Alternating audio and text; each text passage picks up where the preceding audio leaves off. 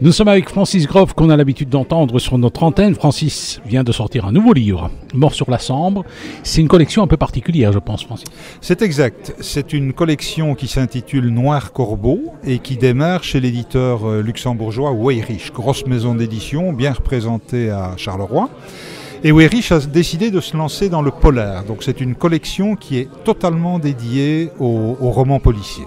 Alors, Mort sur la Sambre, c'est ça, c'est le titre ? Oui, c'est ça, Mort sur la Sambre, petit clin d'œil à Agatha Christie et à Mort sur le Nil, si ce n'est que chez moi il y a plusieurs meurtres. Donc, alors, voilà. Le pitch, ce qu'on peut en dire. Oh, le pitch, que dire, c'est un... Chose importante à savoir, mon personnage n'est pas un policier, au contraire de mes collègues. Donc ce personnage n'est pas un policier, c'est un bouquiniste qui vient rencontrer un collectionneur dans la région de Charleroi au hasard de ses achats et de ses ventes. Ce collectionneur lui parle d'un accident malheureux.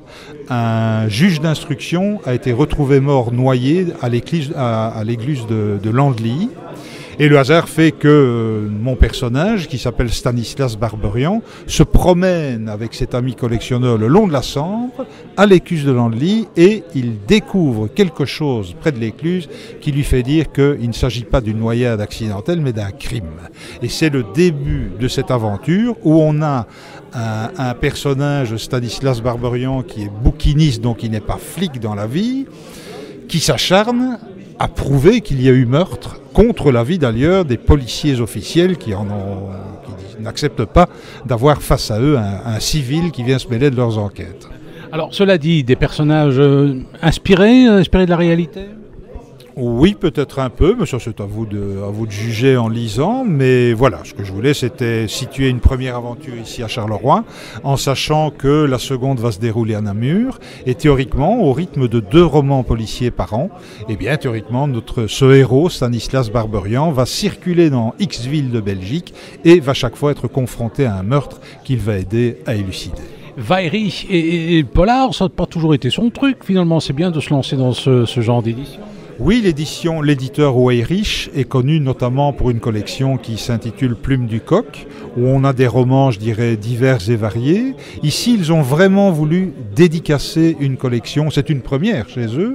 Nous sommes 3 auteurs et nous allons sortir, théoriquement, 2 romans par an dans cette collection qui, je le rappelle, s'intitule Noir Corbeau. Alors, on avait déjà parlé d'un bouquin précédent qui était aussi un peu dans la même mouvance, non ? Alors, le bouquin précédent était sorti chez Dricot et il s'intitulait L'homme qui écrivait au crayon.